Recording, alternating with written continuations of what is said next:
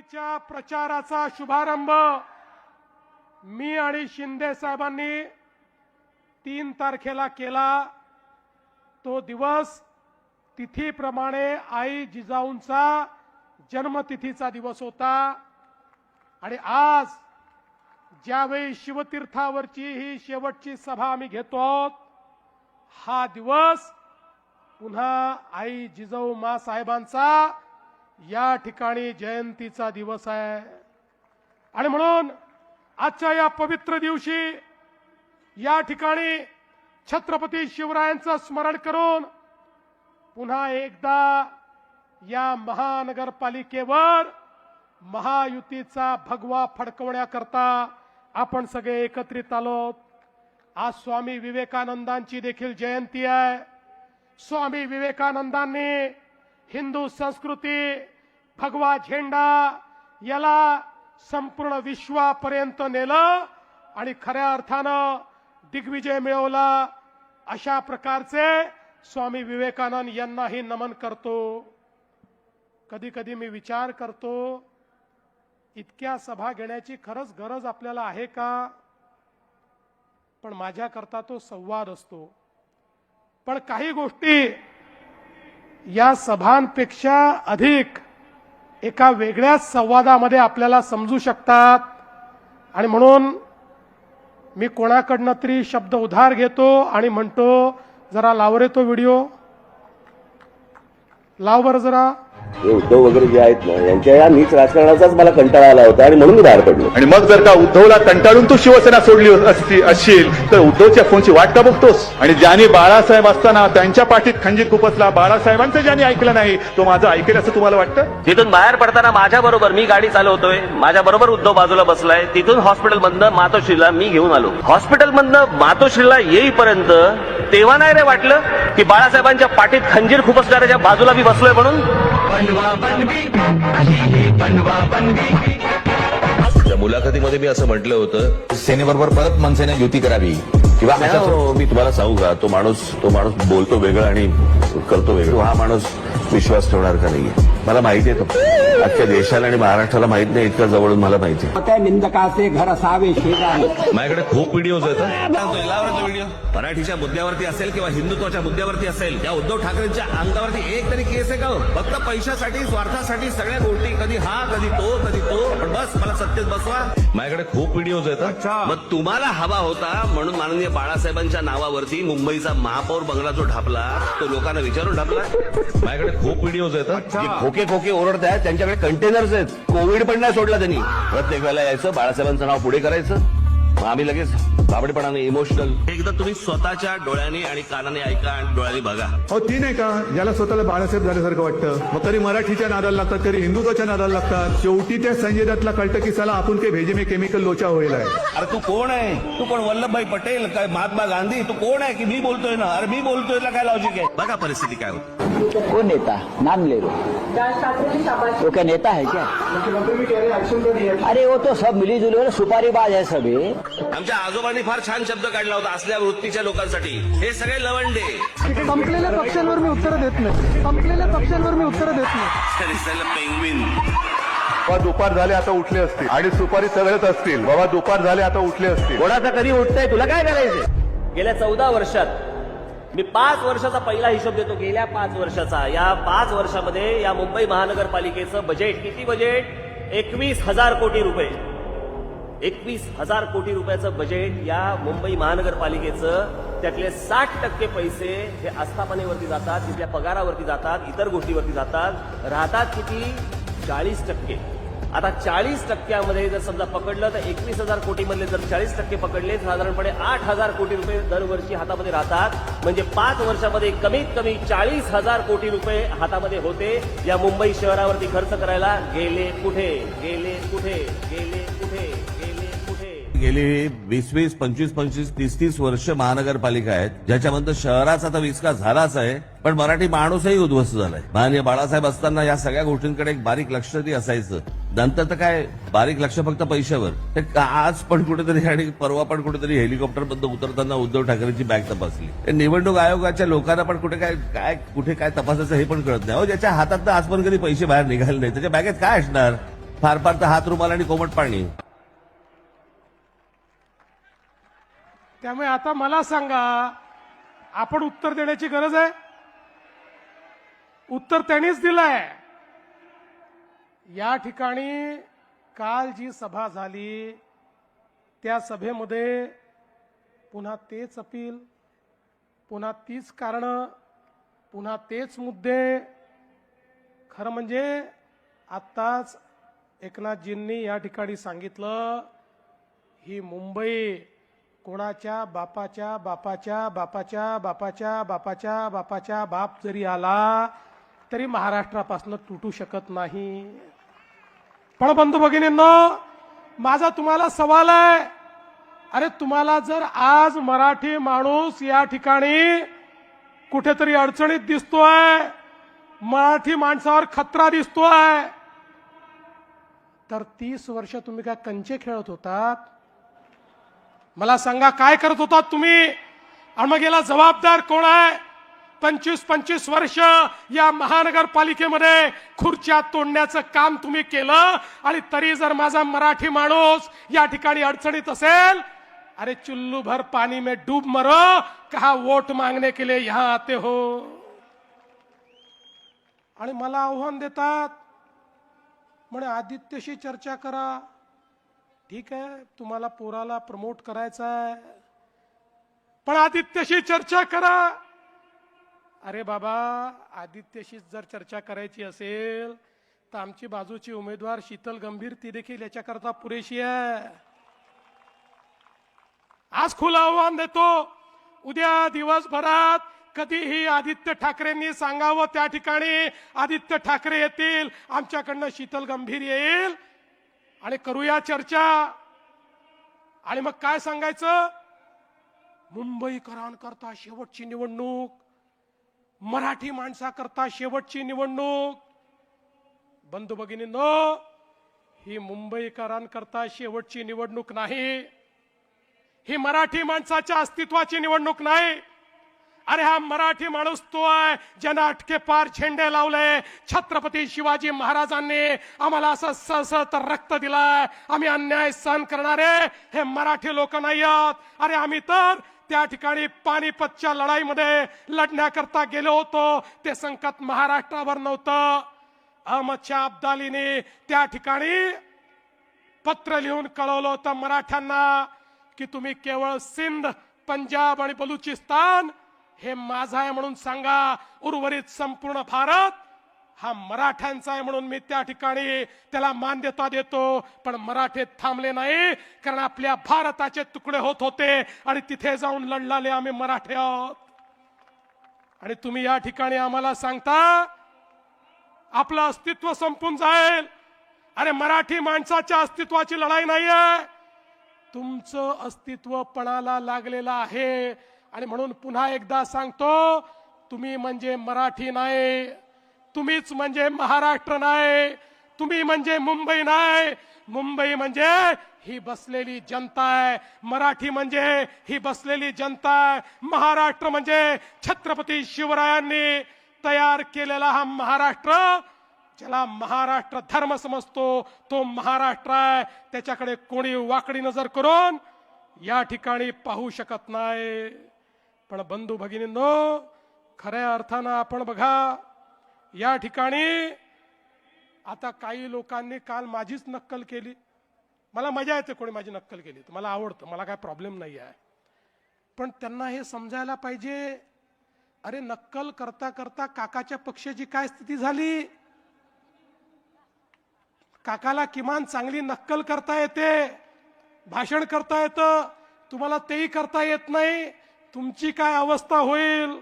आणि म्हणून मला असं वाटतं थोडं मागे वळून बघितलं तर यांच्या लक्षात येईल.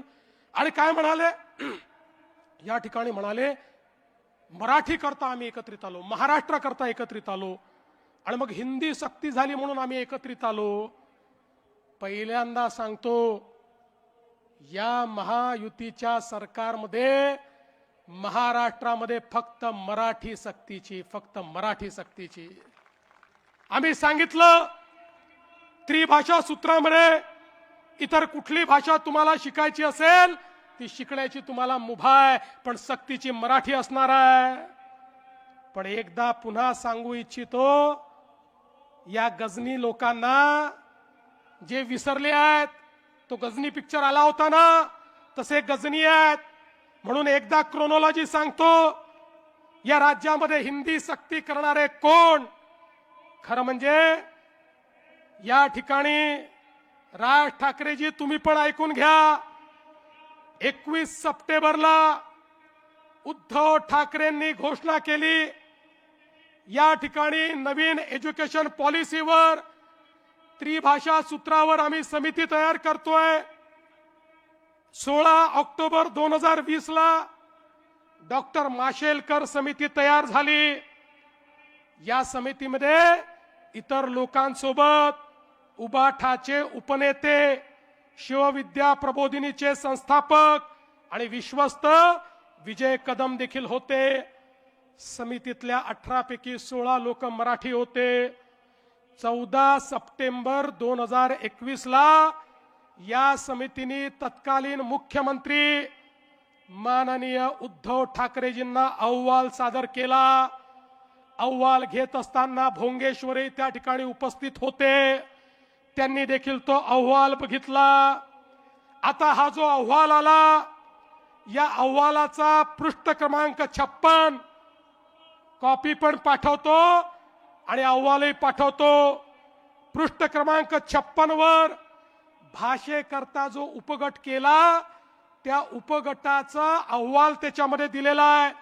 त्या उपगटामध्येही उबाठाचे उपनेते, शिवविद्या प्रबोधिनीचे संस्थापक विजय कदम त्या ठिकाणी होते. त्यातली शिफारस काय आहे? मुद्दा क्रमांक 8.1 इंग्रजी आणि हिंदी भाषा, नीट ऐका, इंग्रजी आणि हिंदी भाषा ही दुसरी भाषा म्हणून पहिल्या वर्गापासून लागू करण्यात यावी. मी नाही म्हणत आहे, या ठिकाणी उद्धवजींचा अहवाल म्हणतो 1ली ते 12वी इंग्रजी विद्यार्थी इंग्रजी शिकत असतील तर त्याला हिंदी पण शिकवलं पाहिजे, त्यामुळे त्याला भाषेची जाण येईल. बरं ठीक आहे, कदाचित ते कदम चुकले असतील, तसे कदम चुकत नाहीत फारसे, पण ते चुकले असतील. आणि हा अहवाल 14 सप्टेंबर 2021 ला या ठिकाणी सादर झाल्यानंतर 20 जानेवारी 2022 ला माननीय उद्धव ठाकरेंच्या अध्यक्षतेखालील मंत्रिमंडळाच्या बैठकीत आला आणि मंत्रिमंडळाच्या बैठकीने त्याला मान्यता दिली. म्हणजे 1ली पासून 12वी पर्यंत हिंदी सक्ती करण्याकरता कोणी मान्यता दिली? एकनाथ शिंदेनी दिली, देवेंद्र फडणवीसने दिली, उद्धव ठाकरे यांच्या कॅबिनेटनी ती मान्यता दिली. आणि एवढंच नाही, 7 दिवसांनी पुन्हा कॅबिनेट होते आणि मागच्या कॅबिनेटचे सगळे निर्णय आपल्याला माहिती आहेत की नाही किंवा मान्य आहेत की नाही याकरता मिनिटचं कन्फर्मेशन होतं. 7 दिवसांनी ज्यावेळी इतिवृत्त समोर आलं, पुन्हा उद्धव ठाकरेंनी मान्यता दिली आणि त्या इतिवृत्तावर उद्धव ठाकरेंची सही आहे. कागद माझ्याकडे आहे. एकीकडे या ठिकाणी आपणच हिंदी सक्ती करायची, नंतर आमचं सरकार आलं, आमच्या सरकारमध्ये आम्ही त्या ठिकाणी त्याला पुढे नेण्याचा प्रयत्न केला. पण मग विषय आला की कुठल्या वर्गापासून 3री भाषा शिकवायची. आम्ही तर सांगितलं हिंदी शिका, हिंदीचं आपल्याकडे सगळं अवेलेबल आहे, पण कोणाला भारतातली कुठली भाषा शिकायची असेल तरी आम्ही ती शिकण्याची परवानगी देऊ. कुठल्या वर्गातनं शिकवायची याची आपण कमिटी तयार केली. बंधू भगिनींनो, यांचे खायचे दात आणि दाखवायचे दात वेगळे आहेत. आता काल काय सांगितलं? म्हणाले नवी मुंबईचं विमानतळ झालं म्हणजे आता मुंबईचं विमानतळ खतऱ्यात आलं. यांना मुंबईचं विमानतळ विकायचं आहे म्हणून हे नवी मुंबईचं विमानतळ यांनी तयार केलं. आता मी राजकारणात पैदाही झालो नव्हतो तेव्हा या नवी मुंबईच्या विमानतळाची संकल्पना पडली. 1988 सालापासनं नव्या मुंबईला एअरपोर्ट करायचं या संदर्भातली संकल्पना झाली. पण ते जाऊ द्या, माझा त्यांना सवाल आहे, तुम्ही मातोश्री वनवरनं मातोश्री तूकडे गेलात, का गेला? जागा कमी पडत होती म्हणून? किंवा आमचे राजसाहेब कृष्णकुंजमधनं शिवतीर्थावर गेले, का गेले? जागा कमी पडत होती म्हणून. अरे असंच आमच्या मुंबईच्या एअरपोर्टवर एकच धावपट्टी होती, दुसरी धावपट्टी तिथे तयार करता येत नाही म्हणून 25 वर्ष चाललं होतं नवी मुंबईला एअरपोर्ट करा. इतके अहवाल आले, तुमच्याही काळात अहवाल आला, प्रत्येक अहवालाने सांगितलं मुंबईला जर नवीन एअरपोर्ट दिलं नाही तर मुंबईचा जीडीपी आता थांबलेला आहे, मुंबईची ग्रोथ थांबलेली आहे. अरे मोदीजींच्या नेतृत्वात 5 वर्षामध्ये आम्ही नवीन एअरपोर्ट करून दाखवला. तुझको मिरची लगी तो मैं क्या करू? आणि आता सांगतो तिसरा एअरपोर्ट पण करणार आहे. अरे जर लंडनला 3 एअरपोर्ट असू शकतात तर माझ्या मुंबईला 3 एअरपोर्ट का नाही? कदाचित मी इथे 3 एअरपोर्ट केल्यानंतर तुम्हाला इथे लंडन असल्यासारखं वाटेल आणि तुम्ही इथेच थांबाल, म्हणून तिसरा एअरपोर्ट देखील या ठिकाणी करणार आहे. आणि छत्रपती शिवाजी महाराज एअरपोर्ट मुंबई याची क्षमता 1.5 पट करणार आहे, त्याची क्षमता वाढवणार आहे. हा निर्णय या ठिकाणी आम्ही घेतलाय. आणि म्हणून बंधू भगिनींनो, खऱ्या अर्थानं या ठिकाणी मुंबईकरांकरता आम्ही मेट्रो केली, मुंबईकरांकरता ईव्ही बसेस आम्ही घेतल्या, मुंबईच्या सबअर्बन रेल्वेला आधुनिक आम्ही त्या ठिकाणी करतोय, गरिबांना घर देतोय, बीडीडी चाळीत राहणाऱ्याला त्या ठिकाणी घर मिळालं, अभ्युदय नगरला घर मिळतंय, पत्रा चाळीत राहणाऱ्या त्या माझ्या मराठी माणसाला तुम्ही त्याचं घर हिरावून घेतलं होतं, त्याला देखील घर देणारे आम्ही आहोत. आणि त्यासोबत या विशाल सह्याद्रीमध्ये आमचे जे लोक राहतात त्यांना घर देणारे आम्ही आहोत. या मुंबईमध्ये प्रत्येकाला घर देण्याचं काम हे आम्ही करतो. पण ज्या धारावीमध्ये घर देण्याचा निर्णय आम्ही घेतला, बंधू भगिनींनो, 2014 साली राजीव गांधी आले, ते म्हणाले धारावीचं रिडेव्हलपमेंट झालं पाहिजे. 30 वर्ष काही झालं नाही. मोदीजींचं सरकार आलं, 2014 नंतर केंद्र सरकारची जागा आम्ही घेतली आणि त्या ठिकाणी धारावीचं रिडेव्हलपमेंट करायचं ठरवलं. पहिलं टेंडर आम्ही दुसऱ्या विकासकाला दिलं होतं. सगळ्या प्रक्रिया पूर्ण केल्या होत्या. त्या प्रक्रिया पूर्ण करून टेंडर गेलं होतं. मग मला सांगा उद्धवजी, तुम्ही मुख्यमंत्री झाल्यावर ते टेंडर का रद्द केलं? तुम्हाला कोणाला टेंडर द्यायचं होतं म्हणून ते रद्द केलं. आता मी विचारू का की तुम्हालाच अडाणींना टेंडर द्यायचं होतं म्हणून तुम्ही ते टेंडर रद्द केलं. आणि म्हणून आम्ही पुन्हा सरकारमध्ये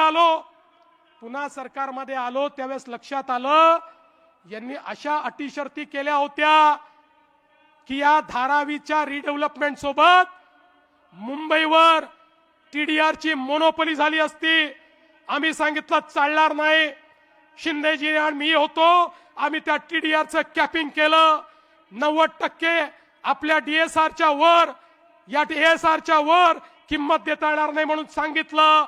आणि त्या ठिकाणी खऱ्या अर्थानं आम्ही टीडीआर एक्सचेंजची अट टाकली, ऑनलाईन केवळ ट्रेडिंग करावं लागेल हे सांगितलं. आणि धारावीची जागा ही आम्ही कोणाला दिली नाही. धारावीची जागा आम्ही डीआरपीला दिली, डीआरपीला. आणि त्या डीआरपी मध्ये सरकार देखील आहे, विकासक अडाणी आहेत पण त्यात सरकार देखील आहे. आणि त्या ठिकाणी ओपन कॉम्पिटिशन केली, 4 टेंडर आले, त्यातनं आम्ही ज्यांनी सर्वात जास्त फायद्याचा सौदा दिला त्याला ते टेंडर त्या ठिकाणी गेलं.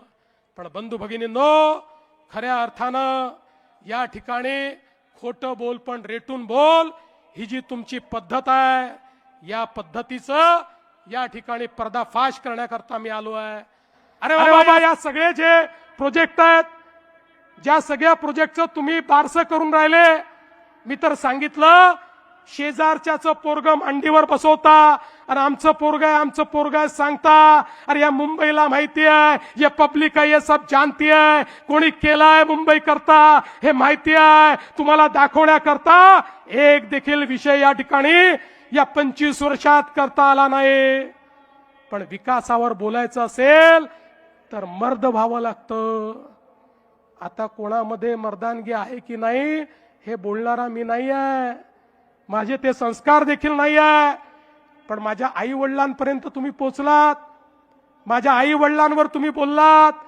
अरे शरम वाटली पाहिजे. मला एका गोष्टीचा अभिमान आहे, मी त्या बापाचा पोरगा आहे जो राष्ट्रीय स्वयंसेवक संघाचा प्रचारक होता. मी त्या बापाचा पोरगा आहे ज्या बापानं इमर्जन्सीमध्ये 2 वर्ष जेलमध्ये काढले. मी त्या बापाचा पोरगा आहे ज्याने आपलं जीवन संघर्षात घालवलं, कधी संपत्ती कमवली नाही. आणि मी तुम्हाला सांगू, अरे आज माझा बाप ज्यावेळी स्वर्गातनं मला पाहत असेल त्यावेळी त्यालाही हा आनंद होत असेल की माझं हिंदुत्व माझ्या मुलांनी या ठिकाणी चालवलं. पण तुमचे पिताश्री हिंदुहृदय सम्राट शिवसेना प्रमुख बाळासाहेब ठाकरे जेव्हा स्वर्गातनं पाहत असतील त्यावेळी त्यांना काय वाटत असेल. आता माझा मुलगा रशीद मामू सोबत बसायला लागला हे पाहिल्यानंतर त्यांना काय वाटत असेल. आणि म्हणून मी तुम्हाला एकच गोष्ट सांगतो, तुम्ही किती खोटं बोला तरी या जनतेचा तुमच्यावर विश्वास नाही. आता अडाणींच्या गुंतवणुकीबद्दल यांनी सांगितलं. खरं म्हणजे मला कधी कधी आश्चर्य वाटतं की गुंतवणूकदारांना लोक अट्रॅक्ट करतायत. बरं जाऊ द्या महाराष्ट्राचं, राहुल गांधी तर विरोधात आहेत ना अडाणींच्या, रोज बोलतात ना अडाणींवर. त्यांच्या शासित राज्यांमधली काय स्थिती आहे, लावता का रे बाबा फोटो, लावा फोटो.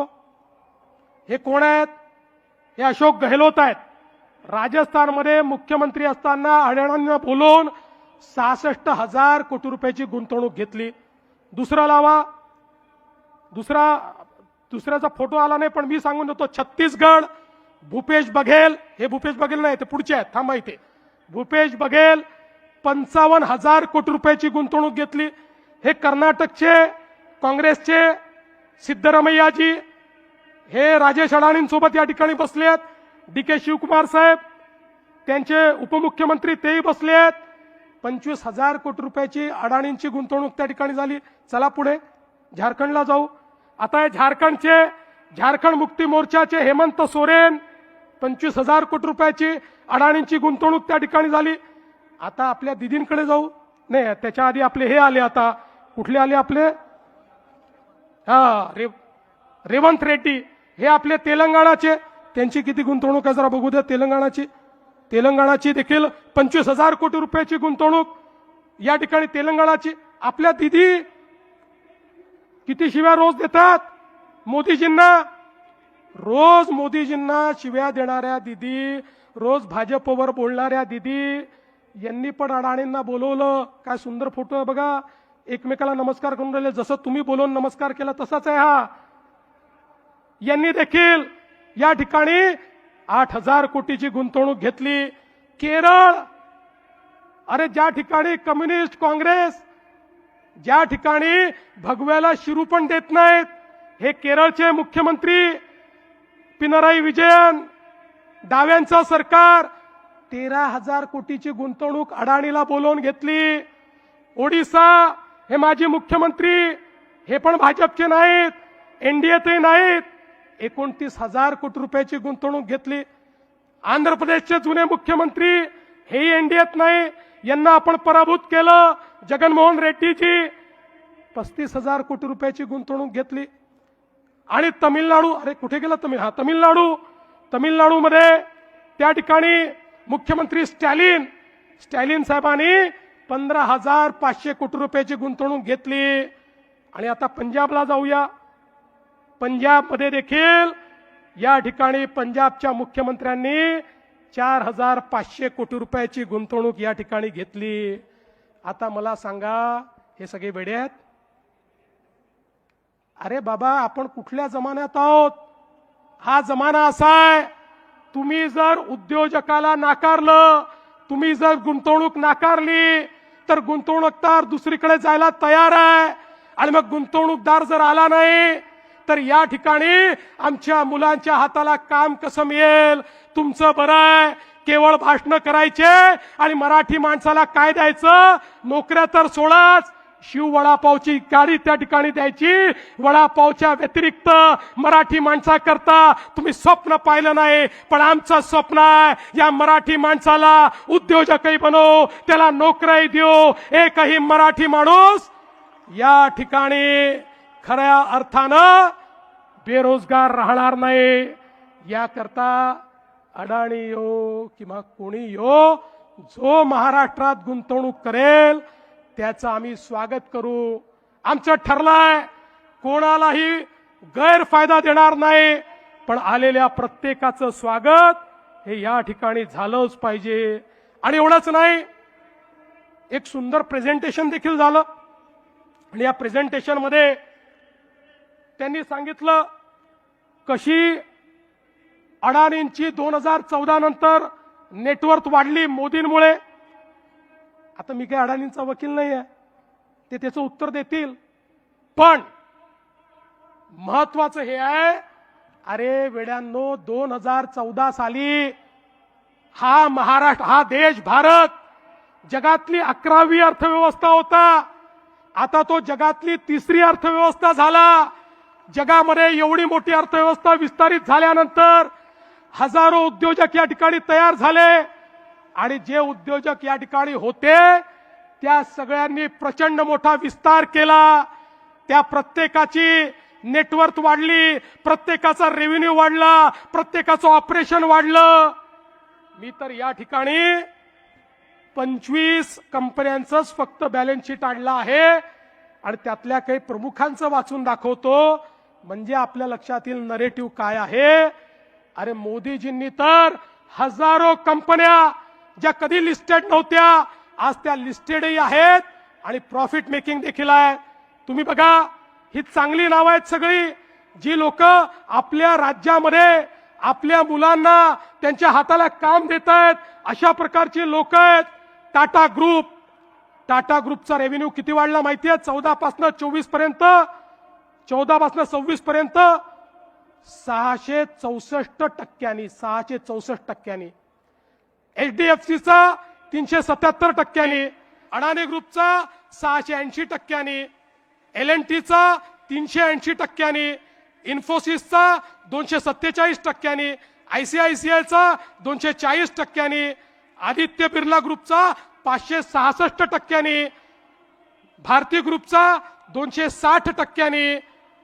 मी छोटे छोटे म्हणजे 200% वाले वगैरे वाचतच नाही, आता पुढेच जातो. सन फार्मा, आपल्या मुंबईची कंपनी, आपल्याला अभिमान असला पाहिजे.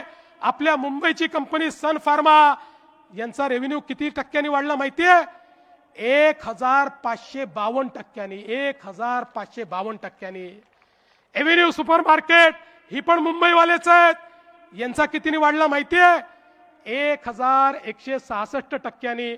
वेदांताचा 400%, हिंदुजा ग्रुपचा 376%, गोदरेजचा 409%, TVS ग्रुपचा 529%, RJ कॉर्प ग्रुपचा 1033%. आता या सगळ्यांचे वाढले, यांच्यातल्या काही लोकांच्या तुलनेत तर तुम्ही सांगितलेला आकडा कमीच आहे. त्यामुळे जर आपली अर्थव्यवस्था विस्तारित होत असेल, आपल्याकडे गुंतवणूक येत असेल, आपल्या मुलांच्या हाताला काम मिळत असेल, तर आपण त्याचं स्वागत केलं पाहिजे, की रोज त्यांना धक्का मारला पाहिजे, रोज शिव्या दिल्या पाहिजे. अरे तुम्हाला चिंता नाहीये, तुमच्या पोराबाळाची तुम्हाला चिंता नाहीये, तुमच्याकडे काही कमी नाही आहे, पण मला चिंता आहे त्या सामान्य मध्यमवर्गीय मराठी कुटुंबातल्या व्यक्तीची, या मुंबईकरांची, ज्यांच्या मुलांच्या डोळ्यामध्ये स्वप्न आहेत. ती स्वप्न त्यांना पूर्ण करायची आहेत, पण ती स्वप्न पूर्ण करण्याकरता त्यांना देखील या ठिकाणी गुंतवणूक हवी आहे. ती गुंतवणूक त्यांना कोण देणार आहे, हा खऱ्या अर्थानं या ठिकाणी हा सवाल आहे. आणि म्हणून मी तुम्हाला एवढंच सांगण्याकरता आलो आहे, मला फार उत्तर द्यायची आवश्यकता नाही आहे. मी जर उत्तर द्यायला लागलो तर अनेकांना तोंड दाखवायला जागा राहत नाही, तुम्हाला माहिती आहे. आणि म्हणून आज एवढंच सांगतो, आमचा संकल्प हा एकच आहे, या मुंबईमध्ये महायुतीचा भगवा फडकवायचा आहे. पण महायुतीचा भगवा कोणाला तरी महापौर बनवण्याकरता नाही, कोणीतरी खुर्च्या तोडाव्या म्हणून नाही. या ठिकाणी पारदर्शी प्रामाणिकतेतून या मुंबईला बदलायचा आहे. या मुंबईकरांच्या हक्काचा पैसा मुंबईकरांकरता वापरला गेला पाहिजे. बेईमान लोकांचं राज्य हे समाप्त करायचं आहे. जे कफन चोर आहेत, अरे कफन मध्ये देखील जे चोरी करतात, असे बॉडी बॅग घोटाळेवाले यांना जेलमध्ये पाठवून या मुंबईमध्ये मुंबईकरांच्या हक्काचं सरकार हे बसवण्याकरता या ठिकाणी आम्ही आलो. आणि म्हणून बंधू भगिनींनो, मी एकच सांगतो, जिसे निभा न सकू ऐसा वादा नहीं करता, जिसे निभा न सकू ऐसा वादा नहीं करता. मैं अपनी बातें औकात से ज्यादा नहीं करता, भले ही तमन्ना रखता हूं आसमान छू लेने की, लेकिन औरों को गिराने का इरादा नहीं रखता. आणि म्हणून या मुंबईला आम्ही बदलून दाखव. 15 तारखेला मतदानाकरता जा. ज्या ठिकाणी कमळ दिसेल, ज्या ठिकाणी धनुष्यबाण दिसेल, चेहरा पाहू नका, माणूस काळा आहे की गोरा आहे पाहू नका, केस आहे की टकला आहे पाहू नका. चिन्ह केवळ दोनच, कमळ आणि धनुष्यबाण, कमळ आणि धनुष्यबाण, कमळ आणि धनुष्यबाण, कमळ आणि धनुष्यबाणाची बटन दाबा आणि पुढच्या 5 वर्षाकरता मुंबईकरांचं सरकार या ठिकाणी निवडून आणा, एवढीच विनंती करतो आणि माझं बोलणं संपवतो. धन्यवाद. जय हिंद, जय महाराष्ट्र.